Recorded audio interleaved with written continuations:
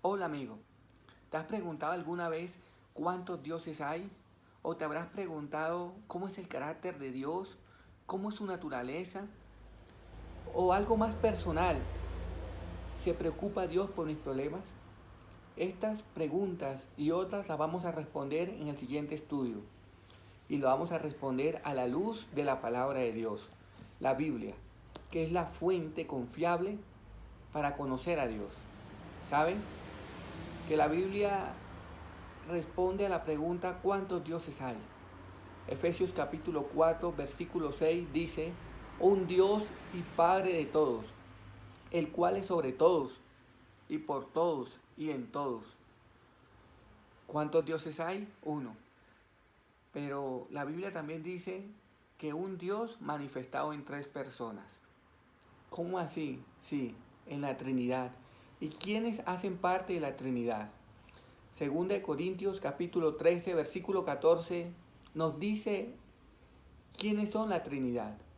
Dice, la gracia del Señor Jesucristo, el amor de Dios y la comunión del Espíritu Santo sean con todos vosotros. Amén. ¿Saben quién hace parte de la deidad, la Trinidad? El Padre, el Hijo y el Espíritu Santo. Ellos hacen parte de la Trinidad. Entonces, la mente humana comienza a meterle lógica, a decir, ¿cómo así? Un Dios, tres personas. Y la lógica humana dice, si es un Dios, es un Dios. Si son tres, son tres. Quiero decirte algo. La unicidad de Dios, Padre, Hijo y Espíritu Santo, entenderlo en la razón humana no es posible. Te coloco la siguiente ilustración. Supongamos que yo tengo un vaso de agua. Ese vaso de agua simboliza la sabiduría mía y tu sabiduría. Y también simboliza el entendimiento, el pensamiento del hombre. ¿Tú puedes hacer caber el agua de todos los mares en ese vaso? Imposible. ¿Sabes? El agua de todos los mares representa la sabiduría divina, la sabiduría de Dios. Por eso, entender desde el punto de vista humano que un Dios, tres personas, no lo podemos hacer. Pero la Biblia es fuente confiable. Y si dice que un Dios, tres personas, es porque es así. No lo podemos entender, pero es así. ¿Te habrás preguntado alguna vez cómo es la naturaleza de Dios? ¿Sabes? La naturaleza de Dios la encontramos en Juan capítulo 4, versículo 24. Ahí encontramos la respuesta a cuál es la naturaleza de Dios. Dios es espíritu y los que le adoren en espíritu y en verdad es necesario que le adoren. ¿Cómo así? ¿Dios es espíritu? Sí, mi amigo. Dios es espiritual. Y si Dios es espiritual, significa que no lo puedes tocar. Eso no quiere decir que no exista. Tampoco quiere decir que no podamos creer en Él. ¿Sabes? Tú te habrás enamorado alguna vez. Y es más, tú te habrás sentido querido por alguna persona. Alguien te cuidó, te protegió, suple tus necesidades y te demuestra su amor. Ahora yo te pregunto, ¿tú puedes tocar el amor? No, pero el amor está ahí. ¿Tú puedes ver el viento? No, pero el viento está ahí.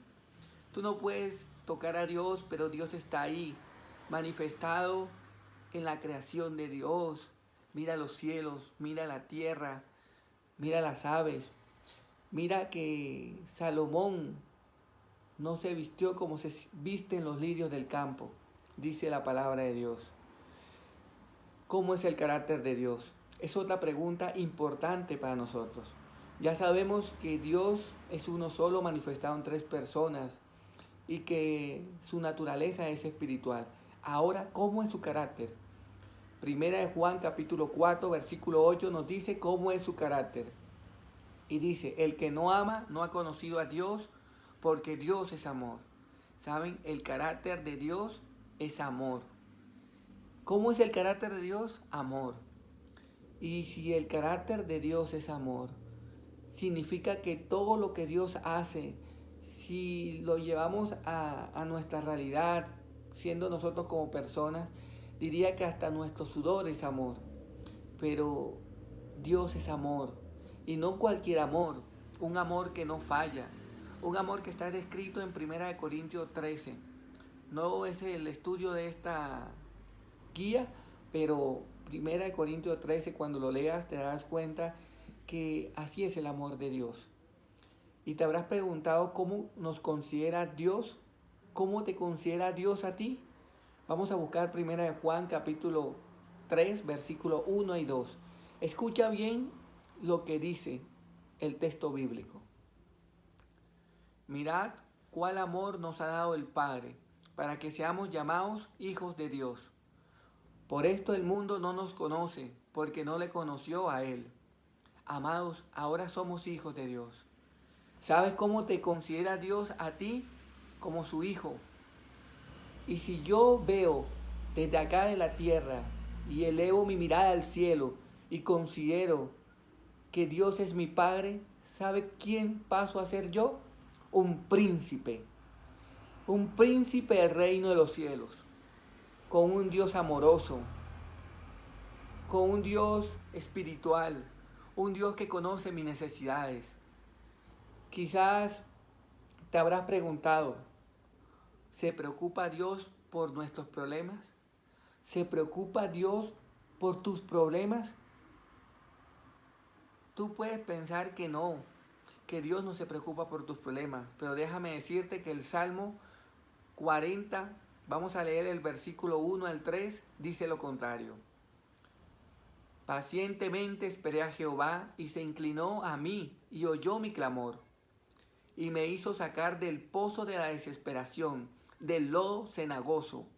Puso mis pies sobre peña y enderezó mis pasos. Puso luego en mi boca cántico nuevo, alabanza a nuestro Dios. Verán esto muchos y temerán y confiarán en Jehová. ¿Saben? Dios se preocupa por tus problemas, se preocupa por mis problemas. Él no es ajeno a eso. ¿Saben? Que 1 Pedro capítulo 5 versículo 7 dice: echando toda vuestra ansiedad sobre Él, porque Él tiene cuidado de vosotros. Tú habrás tenido la experiencia de alguien que te maltrató, que no tuvo tacto para decirte las cosas en las que fallaste. Pero Dios dice que Él puede con cuidado echar sobre ti, sobre Él mismo, su ansiedad, echando toda vuestra ansiedad sobre Él, porque Él tiene cuidado de vosotros. Uno es humano y la Biblia dice que no hay justo ninguno, y nuestra tendencia es al mal. Por eso vino Jesucristo, para remediar eso.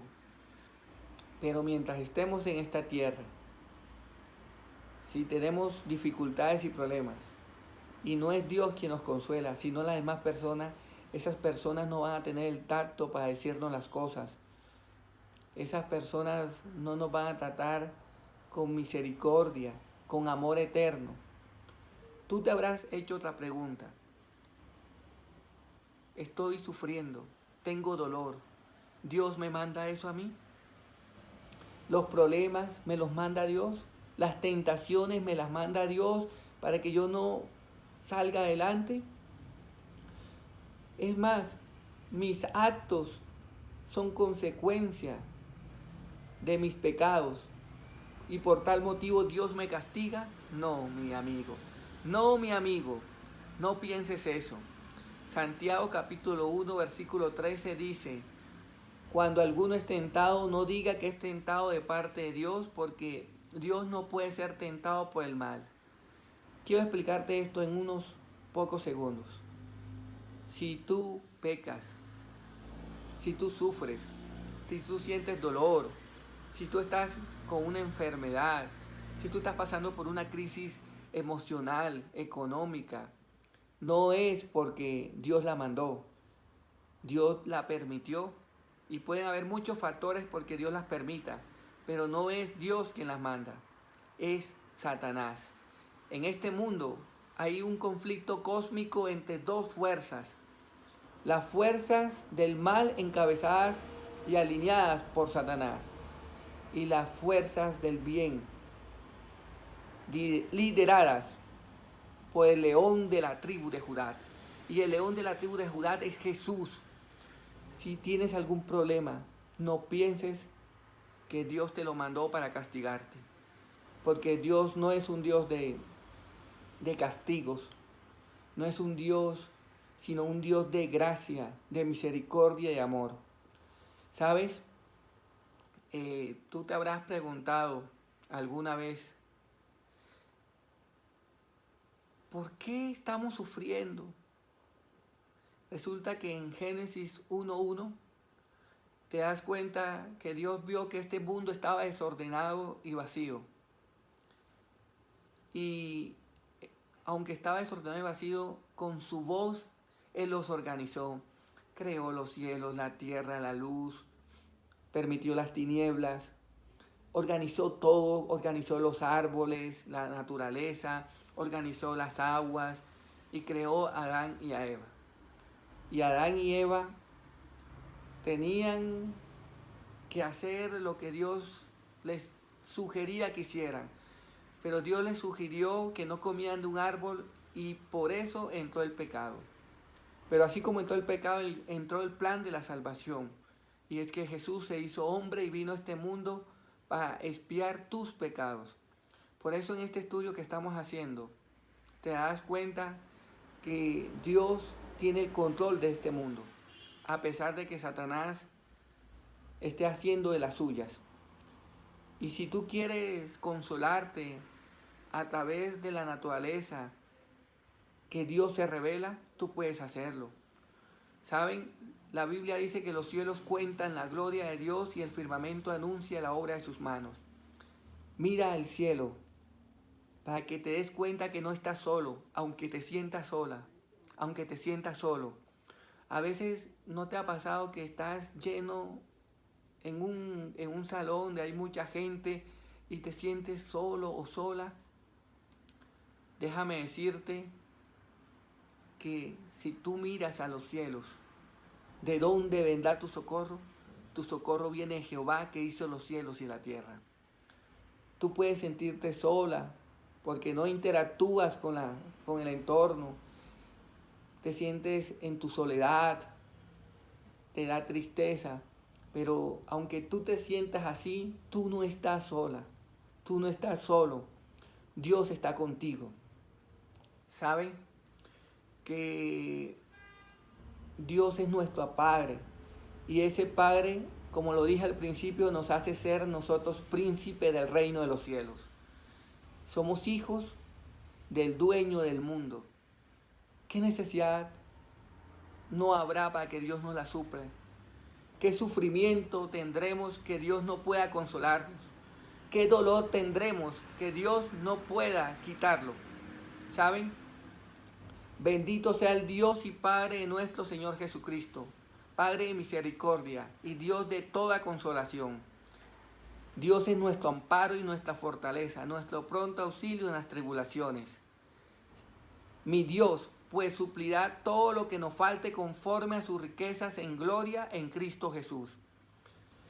Nuestra actitud hacia Dios, ¿cuál debe ser? Ahora, ya con este estudio que hemos visto que Dios es uno solo y que Dios manifestado en tres personas, que la naturaleza de Dios es espiritual, que su carácter es amor, ¿qué tengo que hacer yo? Mira lo que tienes que hacer. Debo hacer más o menos respetar el nombre de Dios.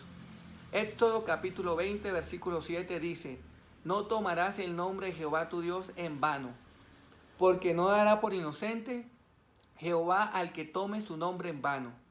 La segunda cosa que debo hacer es obedecer a Dios.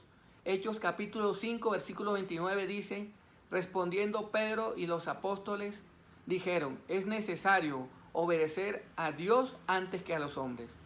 Como lo dijeron en la introducción, quizás tú creciste donde la cultura y la tradición influenciaron mucho tus creencias, pero es necesario obedecer antes a Dios que a los hombres, porque Dios puede hacer cosas que los hombres no pueden hacer. Tercer punto, poner a Dios en primer lugar. Mateo capítulo 6, versículo 33 dice: mas buscad primeramente el reino de Dios y su justicia, y todas esas cosas os serán añadidas. No te preocupes por el mañana, preocúpate por conocer a Dios, y verás que Dios hará en ti una transformación que las demás personas verán. Uy, pero ¿cómo Dios hizo eso con esa muchacha? ¿Cómo hizo Dios con ese joven? ¿Cómo hizo Dios con ese anciano? Lo hizo. Por eso nosotros debemos cultivar el estudio de la Biblia. Ustedes seguirán estudiando la Biblia, otros temas que van a ser relevantes para su vida espiritual. Y quiero decirte por último, amar a Dios de todo corazón. Mateo capítulo 22, versículo 37 dice: Jesús le dijo: amarás al Señor, tu Dios, con todo tu corazón, con toda tu alma y con toda tu mente. Este estudio ha sido diseñado para que tú entiendas quién es Dios y que Dios puede transformar tu vida y puede hacer cosas maravillosas que otras personas no depositarían en ti confianza alguna. Pero Dios confía en ti, no es por lo que eres ahora, sino que con lo que Dios puede hacer en ti en el futuro. Es más, en el presente. O yo no sé si ya Dios está trabajando en tu corazón y tú entiendes lo que te estoy hablando. Que Dios te bendiga, que el Espíritu Santo te guíe por un camino seguro hacia un puerto que nos lleve a las mansiones de los cielos. Bendiciones.